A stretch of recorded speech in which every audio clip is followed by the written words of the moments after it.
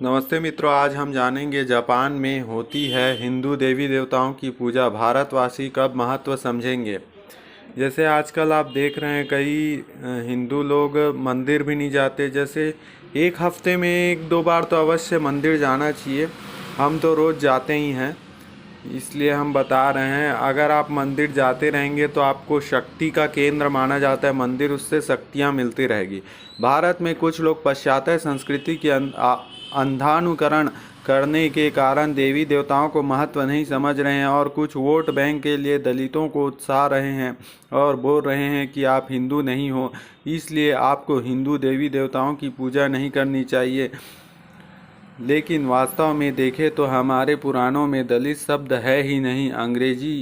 अंग्रेजों द्वारा आपस में लड़ाने के लिए जाति पाति बांटी गई है, जबकि भारतीय संस्कृति में वर्ण व्यवस्था जो है वो कर्म के अनुसार बनाई हैं। इसलिए किसी के बहकावे में ना आकर देवी देवताओं की पूजा नहीं छोड़ना चाहिए, क्योंकि विदेशों में देवी देवताओं का महत्व नहीं।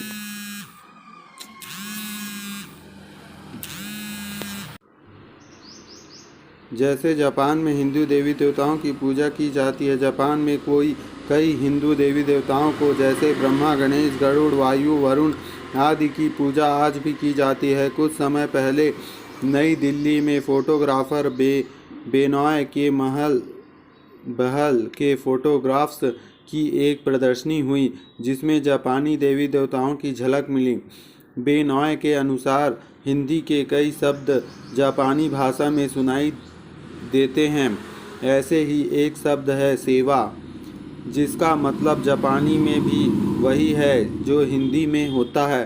बेनाय कहते हैं कि जापानी किसी भी प्रार्थना का अनुवाद नहीं करते। उनको लगता है कि ऐसा करने से इनकी शक्ति और प्रभाव कम हो जाएगा। Limca world record. भारतीय सभ्यता के रंग जापान में देखने को मिलती है। सरस्वती के कई मंदिर भी जापान में देखने को मिलते हैं। संस्कृत में लिखी हुई पांडुलिपियाँ कई जापानी घरों में मिली जाती है। बेनाय का नाम लिम्फा बुक ऑफ वर्ल्ड रिकॉर्ड्स में मोस्ट ट्रेवल्ड फोटोग्राफर के रूप में दर्ज है। आधार ही संस्कृति।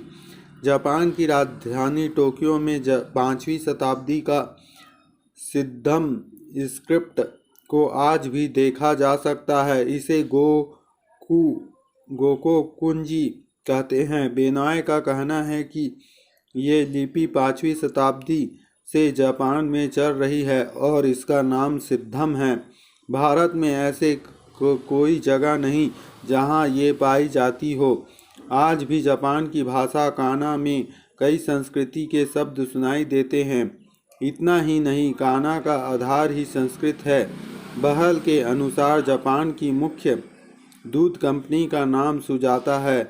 उस कंपनी के अधिकारी ने बताया कि ये उस युवती का नाम है जिसे बुद्ध को निर्वाण से पहले खीर खिलाई थी। स्तोत्र बीबीसी। भारतीय सभ्यता अपनाकर हिंदू देवी देवताओं की पूजा करके एवं संस्कृति व हिंदी भाषा का प्रयोग करके जापान दुनिया के टेक्नोलॉजी में नंबर 1 पर है। आज इस देश के सामने कोई भी देश आंख नहीं दिखा सकता, लेकिन भारत में ऐसी विडंबना है कि भारतवासी अपने ही हिंदू देवी देवताओं को भूल रहे हैं। कई तो देवी देवताओं को गालियां दे रहे हैं, अपनी संस्कृति को भूलकर पाश्चात्य संस्कृति की ओर आकर्षित हो रहे हैं। अपनी महान संस्कृति एवं हिंदी भाषा को भूलकर अंग्रेजी भाषा को अपना रहे हैं। कितनी विडंबना है।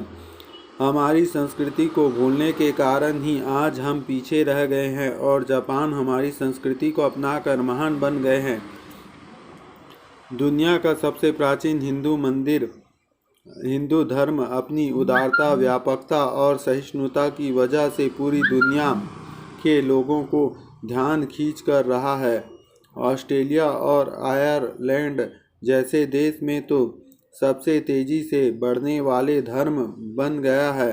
एक तरफ विदेशी भी हिंदू धर्म की महिमा जानकर हिंदू धर्म और संस्कृति की तरफ आकर्षित हो रहे हैं।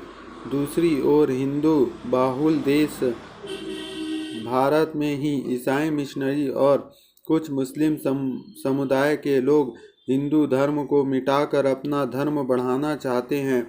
इसलिए लालच देकर एवं जबरन धर्मांतरण, लव जिहाद आदि करके हिंदू धर्म को तोड़ रहे हैं।